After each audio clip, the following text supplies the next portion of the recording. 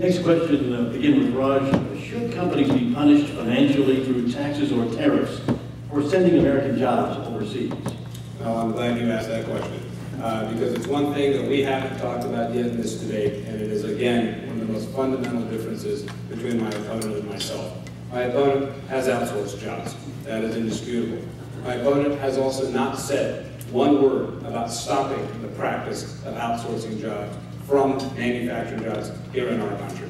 Our tax code right now does reward companies for shipping American jobs overseas. This is not a partisan idea. This is not disputable. Republicans and independents and Democrats, they all cannot believe the fact that our own government rewards companies for shipping jobs overseas. So rather than think about it in terms of a punishment, I would actually just like to flip that and say, when I get elected to Congress, should I be honored to serve there? I will work each and every day to change that tax code, to make it more business friendly, just as I have done consistently in the legislature, but I would also change the tax code to give incentives to American companies for creating jobs right here. And I would support all provisions that do that. One other point about free trade. There was a bipartisan consensus about the fact that NAFTA and GATT have to be passed. And we all want free markets. But I think there is now an emerging bipartisan consensus that we have lost and hollowed out our manufacturing base because of these trade agreements, and I would be very open to revisions to those agreements to make sure they work for Kansas workers. Mike, let me repeat the question. Should companies be punished financially through taxes or tariffs for sending American jobs overseas? 60 seconds. Thank you. It sounds like my opponent would tell you got to buy everything from the 4th District of Kansas. I mean, look, we live in a global marketplace.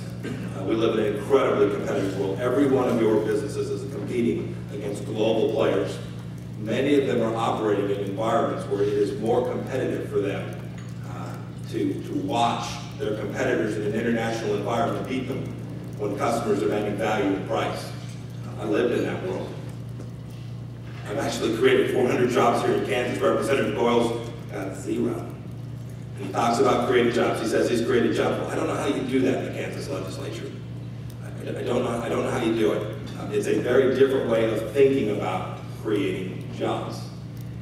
And my pledge to you is this: I will create an environment where you all can go out and work hard and grow your businesses. And if it's the case that for some reason a part of growing your business means selling goods all over the world, I'll make sure you have an opportunity to do that as well.